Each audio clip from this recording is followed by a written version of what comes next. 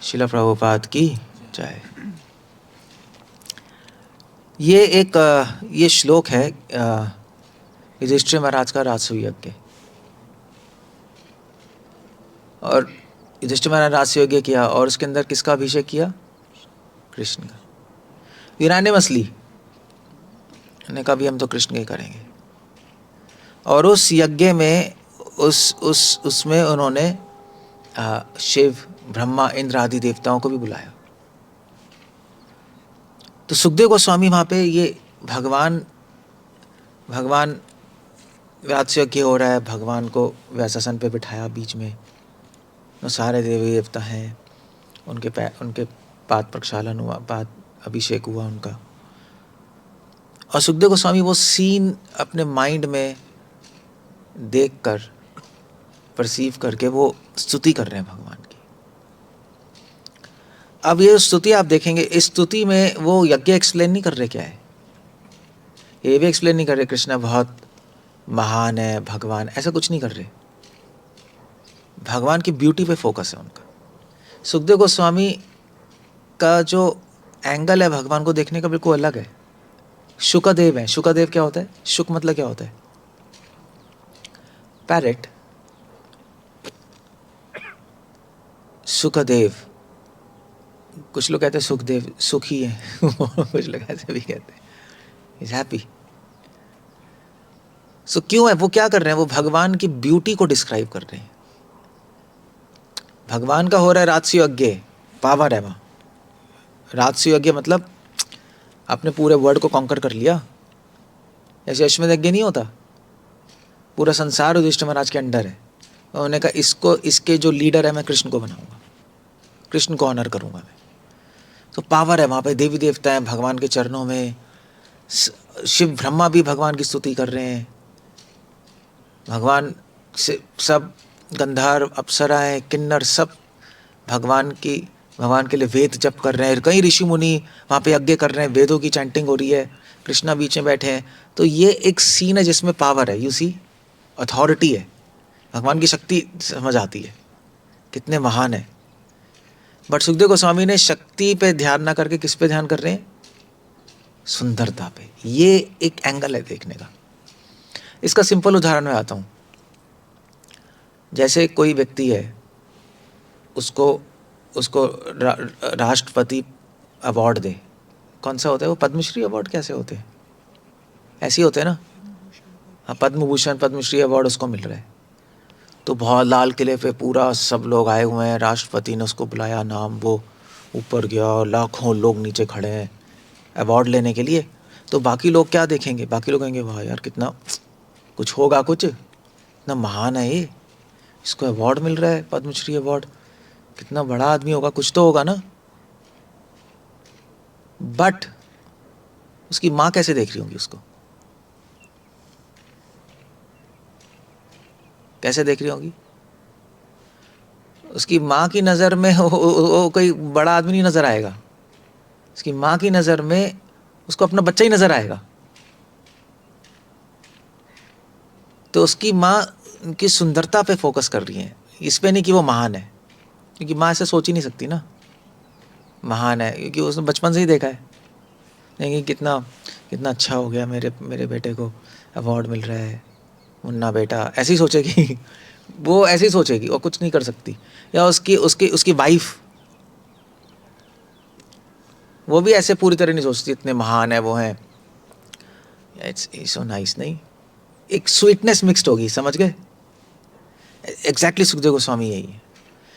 और इस श्लोक से भी पता लगता है कि महाप्रभु ने सुखदेव गोस्वामी का रियल भाव समझ लिया। बाकी आचार्य हैं, मध्वाचार्य जी ने भागवत पढ़ी है और भागवत तात्पर्य निर्णय लिखा है किताब, निम्बार्क संप्रदाय में भी पढ़ते हैं, श्री संप्रदाय में भी पढ़ते हैं भागवत तो सभी पढ़ते हैं। मगर सुखदेव गोस्वामी का भाव क्या है वो सिर्फ महाप्रभु समझ पाए। वल्लभ संप्रदाय में भी भागवत है, वल्लभाचार्य ने भी कमेंट्री लिख रही है सुबोधनी। बट जिस तरह से महाप्रभु ने सुखदेव गोस्वामी का भाव समझा है और हमें दिया है, वो किसी ने नहीं समझा, एटलीस्ट हमारे अकॉर्डिंग। क्योंकि महाप्रभु ने कहा सुखदेव गोस्वामी का आप एंगल देखो हर सीन में, चाहे राजसूय यज्ञ का सीन हो चाहे कुंती महारानी का सीन हो, है ना, बांध रहे यशोदा दामोदर, या वराहदेव का सीन हो, सब में क्या हो रहा है, सब में सुखदेव गोस्वामी शक्ति को छोड़ के ब्यूटी पे फोकस करते आ रहे हैं। इसीलिए महाप्रभु ने कहा हमारी संप्रदाय प्रेम की संप्रदाय है और उसका टारगेट है भगवान की सुंदरता, वो हमारा सब्जेक्ट मैटर है, भगवान की सुंदरता। सुंदरता में भगवान के रूप, गुण और लीलाएं, मगर उन लीलाओं में भगवान की ब्यूटी पे फोकस कर रहे हैं। समझ गए? थोड़ा डिफरेंस है। सो इस श्लोक में क्या हो रहा है, अब देखो, अब समझ आएगा क्या हो रहा है। 3-13 यद्धर्म शूनोर्बत राजसूये निरीक्ष्य दृक् स्वस्ति अयनम त्रिलोकः कात्स्नयेन च अद्येह गतं विधातुर अर्वाक्षितौ कौशलमिति अमन्यता। सुखदेव गोस्वामी कह रहे हैं यह धर्म शूनु बत राजसूये, कि धर्म शूनु कौन है? शूनु क्या होता है? पुत्र। धर्म के पुत्र कौन है? युधिष्ठिर महाराज, धर्म शूनु। ऐसे ही कृष्ण को क्या बोलते हैं? नंद शूनु, नंद बाबा के पुत्र। शूनु मतलब पुत्र होता है। शूनु से ही बोलते हैं सोना, हिंदी में वही आया है, मेरा सोना, वही यहीं से आया है। वो वर्ड सोना यहीं से आया है, यही बोलते हैं ना, ऐसे ऐसे बोलते हैं पंजाब में भी। शूनु से आया है, शूनु, धर्म शूनु, मतलब मैं स्पेकुलेट कर रहा हूँ बट यहीं से आया, वो संस्कृत से सब आया है। तो युधिष्ठिर महाराज ने राजसूय यज्ञ किया, बता राजसूय, और राजसूय, और उस यज्ञ में क्या क्या हुआ? निरीक्ष्य दृक् स्वस्ति अयनम त्रिलोका, और सब एक ही व्यक्ति को देख रहे थे। किसको? स्वस्ति अयनम, भगवान को इस विशेषण से भगवान की प्रेस कर रहे हैं। स्वस्ति अयनम, स्वस्ति अयनम मतलब क्या होता है? स्वस्ति अयनम, अयनम मतलब होता है घर। स्वस्ति मतलब मंगल। स्वस्ति वाचनम नहीं बोलते यज्ञ में, मंगल। भगवान को डिस्क्राइब कर रहे हैं, भगवान को, कृष्ण को सब देख रहे हैं। कृष्ण कौन है? स्वस्ति अयनम, सारे मंगलमयी गुणों के सागर है, स्वस्ति अयनम। इसलिए कृष्ण को बोल रहे हैं, भगवान का एक नाम है स्वस्ति अयनम, स्वस्ति अयनम, सारे मंगलमय गुणों के, सारी मंगलता, शुद्धता, उसके क्या कहते हैं उसको, क्या कहेंगे उसका, उसके रिजर्वायर, रिजर्वायर कैसे कहेंगे? भंडारी कैसे? भंडारा अजीब सा वर्ड नहीं है, भंडारा। हाँ, सारे मंगलमय गुणों के, प्रेम के, शुद्धता के खान है। खान, खान क्या है? घटिया वर्ड है खान, तो गुंडों के पीछे लगता है। क्या वर्ड बोलूं? अयनम बहुत अच्छा वर्ड है। अयनम मतलब घर, अयनम शेल्टर है, में सब भरा हुआ है सभी। एक्चुअली कृष्णा, ये भी कहना है कृष्णा में मंगलमय भरा हुआ है, गलत है। कृष्णा खुद ही मंगल है, खुद ही शुद्धता है, खुद ही प्रेम है, वो खुद ही वो है, ऐसे नहीं उनमें ये है। स्वस्ति अयनम त्रिलोकः, और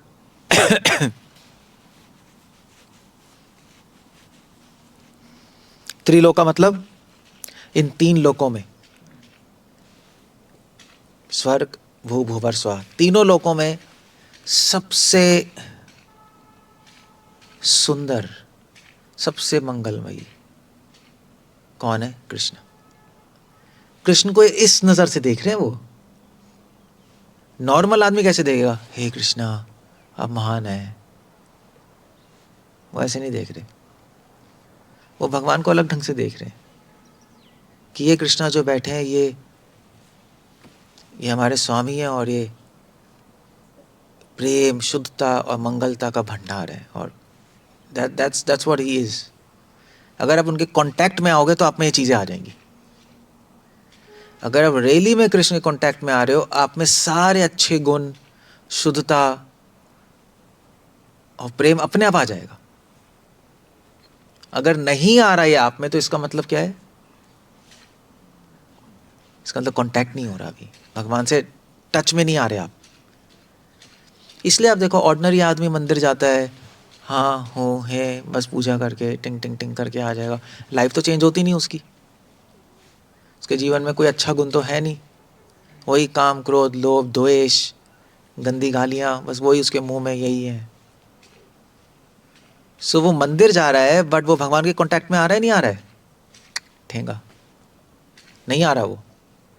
हम भी देख सकते हैं, अगर हमारे जीवन में कोई भी अच्छा गुण नहीं आ रहा, हमारे जीवन में मंगलता नहीं आ, मंगलमय नहीं आ रहे, मंगलमय गुण नहीं आ रहे, शुद्धता नहीं आ रही, इसका मतलब कृष्ण के टच में नहीं है, कृष्ण कांटेक्ट में नहीं है। हम प्रोसेस कर रहे हैं, नाम ले रहे हैं, भक्ति कर रहे हैं, बट अभी टच में नहीं आए। मगर भक्ति करते करते आप आ जाओगे, अगर सही से करोगे तो। ये बात है। तो ये हम देखते हैं, अगर सही से भक्ति करोगे और भगवान आपसे खुश होंगे तो आपके पास आएंगे। आपके पास आएंगे, कैसे पता लगेगा? सूरज आपके पास आएगा तो क्या होगा? जलोगे। अगर सूरज आपके पास आ रहा है, आपको ठंड लग रही है, तो इसका मतलब क्या है?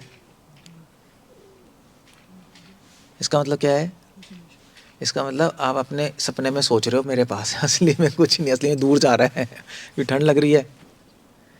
तब सोचोगे हाँ हाँ हाँ, मेरे कन्हैया, मेरे कृष्णा, मैं उनके पास हूँ, वो मेरे पास है, कितने स्वीट हैं, राधे राधे बोलो, घूमते रहो। अब आपको देखना है, अगर रैली में राधे राधे कृष्णा कृष्णा चल रहा है, आपके पास आ रहे हैं कृष्णा आपसे खुश होके, तो आपके जीवन में चेंज आएगा। आपका मन अपने आप शुद्ध विचार अपने आप आते रहेंगे, सबके कल्याण के बारे में सोचना शुरू कर दोगे। कृष्णा यही है ना, अपने आप मन शांत, अपने आप स्वस्ति आयनम, आप भी ऐसे ही बन जाओगे, आपके अंदर आने लगेंगी चीज़ें। बस अगर आप इलेक्ट्रिक करंट का तार छूओगे तो क्या होगा? झटका लगेगा ना। आपने तार छुआ, झटका नहीं लगा, इसका मतलब क्या है? बिजली आई नहीं बिजली नहीं है वहाँ। तो आपकी चैंटिंग में बिजली नहीं है, अभी तार ही है बस। हरे कृष्णा बोल रहे, बिजली नहीं है अंदर तो झटका नहीं लग रहा, कुछ हो नहीं रहा। हरे कृष्णा।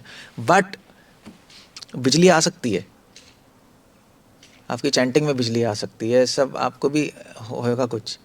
वो तब आएगी जब हम श्रीमद् भागवतम को इस तरह पढ़ेंगे, उसका मनन करेंगे, स्मरण करेंगे। ऐसे सुखदेव गोस्वामी कह रहे हैं, भक्तों का संग करके भगवान के रूप गुण लीला की चर्चा करेंगे, तब आ जाएगा करंट, आ जाएगा। वो करंट ही तो आता है साधुओं के साथ, तार तो सबके पास ही है फ्यूज है मगर सबकी तार। साधु करंट ही तो देते हैं, ले चल चल, ये तू भी ले, तू भी ले, यही है और क्या है ना। घर में बैठे रहो, तार तो सबके पास है, तार तो भगवान ने फिट करके दी हुई है, सब यहीं फिट है, करंट नहीं है ना उसमें। साधु संग से करंट आता है, साधु भगवान की गुणगान करते हैं। कितना अच्छा श्लोक है। तो मैं आपको क्या दे रहा हूँ? मैं क्या दे रहा हूँ आपको?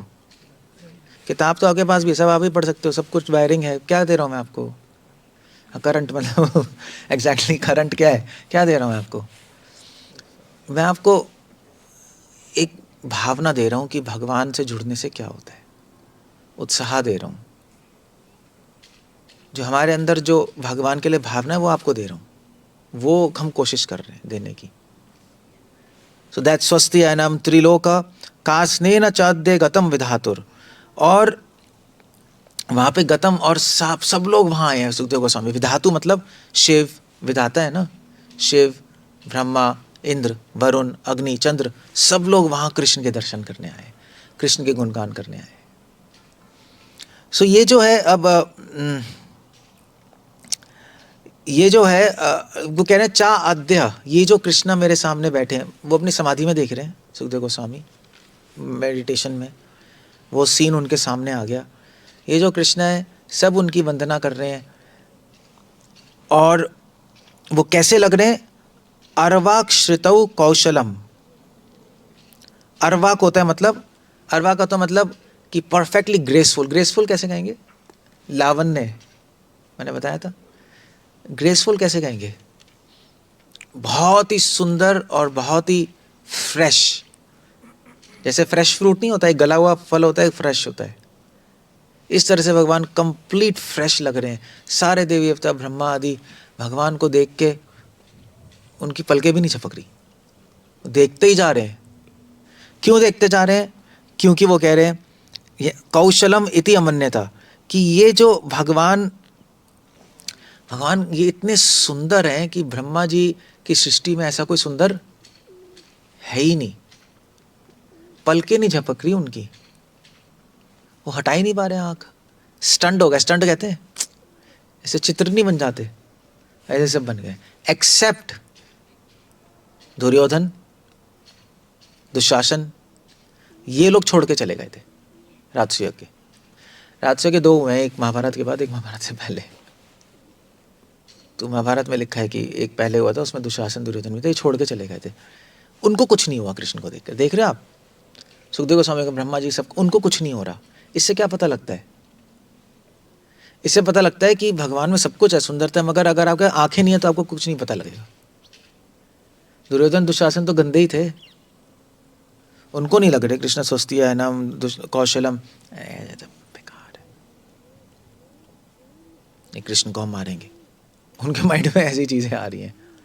सो आपके देख, आप जैसे हो आपको वैसे ही दिखाई देगा।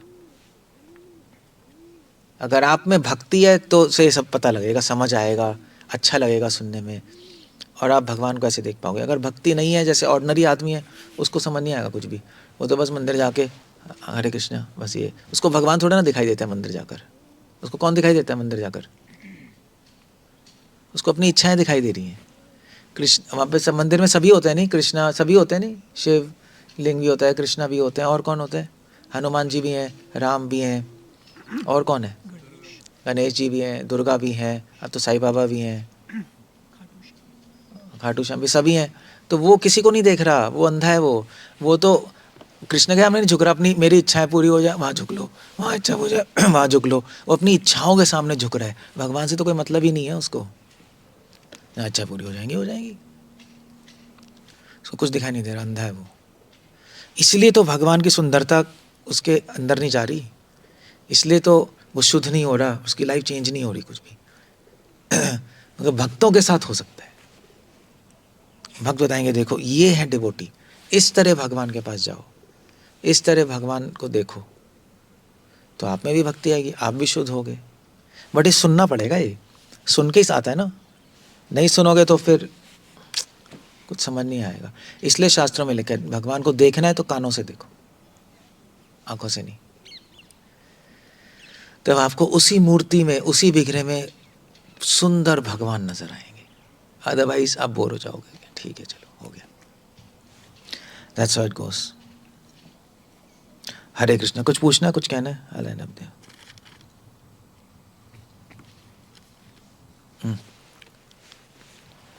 कोई क्वेश्चन है?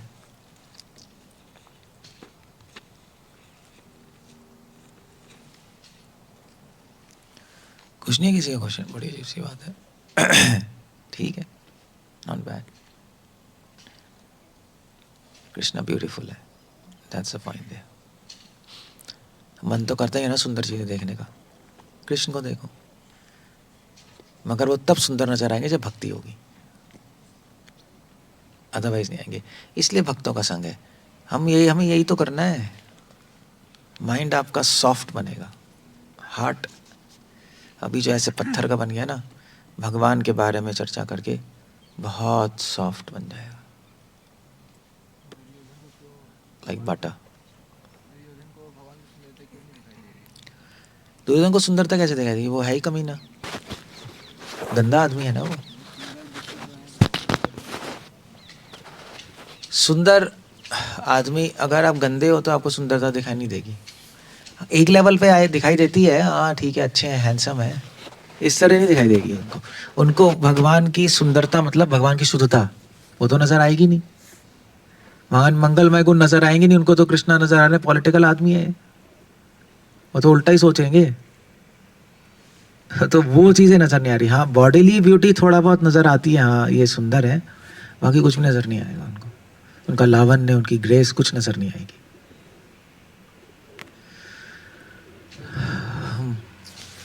भगवान के टच में आते हैं तो अच्छे गुण आते हैं। मतलब ऐसा भी होता है कि टच में आते, भगवान के टच में आते तो अच्छे गुण आते आते। लेकिन पकड़ो ये। लेकिन ऐसा भी होता है कि कभी अच्छा सोचते हैं, कभी अच्छी चैंटिंग होती है, कभी कभी अच्छे गुण, अभी अच्छे विचार आते हैं, कभी बुरे विचार आते हैं, है ये ना। कैसे हो रहा है कि मतलब टच में एक बार आ गए तो आ गए, फिर अभी भगवान के टच में नहीं है। अभी क्या हो रहा है, अभी हमारे कभी कभी अच्छे विचार आते हैं ना हमारे मन में, कभी बुरे आते हैं, कभी अच्छे। अभी प्रैक्टिस कर रहे हैं ना हम, ऊपर नीचे होता रहता है। तो क्या हो रहा है कि भगवान के आप टच में नहीं हो, भगवान के छायाभास हो रहा है, कुछ दिखाई दे रहा है, हाँ, फिर गायब हो जाता है, फिर कुछ दिखाई दे रहा है, फिर गायब हो जाता है, ऐसे चल रहा है। तो थोड़ा सा चेंज आता है, फिर गायब, फिर काम क्रोध लोभ मोह से मन ढक जाता है, फिर हम ऐसे हो जाते हैं।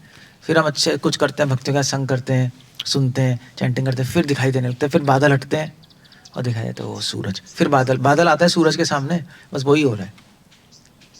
अभी है थोड़ी गर्मी आएगी, फिर बादल आ जाएगा तो ठंड। फिर ठंड। तो आपके मन में ही बादल है काम क्रोध लोभ के, वही आते रहते हैं, पिछले जन्मों से हैं। तो सूरज ढकता रहता है, ढकता रहता है, ढकता रहता है। कभी आप अच्छे हो जाते हो जब बादल हट जाते हैं, कृष्णा आप जब करते हो कृष्णा से, हाँ ठीक है, अच्छे गुण, बादल आ गया, ढक गया सब, फिर बुरे विचार, यही चल रहा है।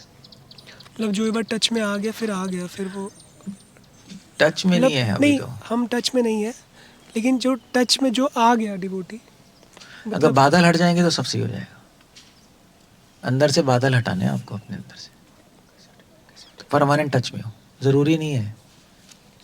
ये मेरा क्वेश्चन था कि जिस भी डिवोटी को जो कनेक्ट हो गया भगवान से एक बार, फिर वो डिस्कनेक्ट नहीं हो सकता ना। बादल तो कभी भी आ सकते हैं। बादल है, बारिश कभी भी हो सकती है। ध्यान नहीं दोगे बादल आ जाएंगे। माया जगत में है, भरत मरा डिस्कनेक्ट तो हो गए। कोई गारंटी नहीं है। अभी सूरज को कभी कोई गारंटी नहीं कब बादल आ जाए। तो हमारे मन में कब काम क्रोध लोभ मोह आ जाए, भगवान ढक जाएंगे। हाँ, अगर आप उस पर काम कर रहे हो, शुद्ध कर रहे हो अपने आप को, काम क्रोध खत्म होता जा रहा है, तो जा रहा है, तो जा रहा है, तो बादल कम आएंगे। फिर एक दिन होगा सिर्फ सूरज होगा, आप होगे खत्म। वो प्योर डिवोटीज है, उनको कुछ नहीं होता। हमारे टच में नहीं आ रहे, आ रहे हैं टच में नहीं आ रहे, ऐसे ही चल रहा है। थोड़ा दूर से देख रहे हैं ना, इसलिए बीच में चीज़ें, फॉग है, क्लाउड्स हैं, प्रॉब्लम है। शुद्ध भक्त तो भगवान को आलिंगन ही कर लेते हैं, उनके और भगवान के बीच में कुछ है ही नहीं। तो सीधा सूरज पे जाके बैठ गए। क्या करें आदमी, तो वो तो बस कांटेक्ट में ही आ गए। हम अभी दूर से देख रहे हैं ना, इसलिए प्रॉब्लम है। बीच में चीज़ें आ जाती हैं, तो कभी आती है, कभी नहीं होता, कभी ऐसे चलता है। Okay, we end up there. हाँ,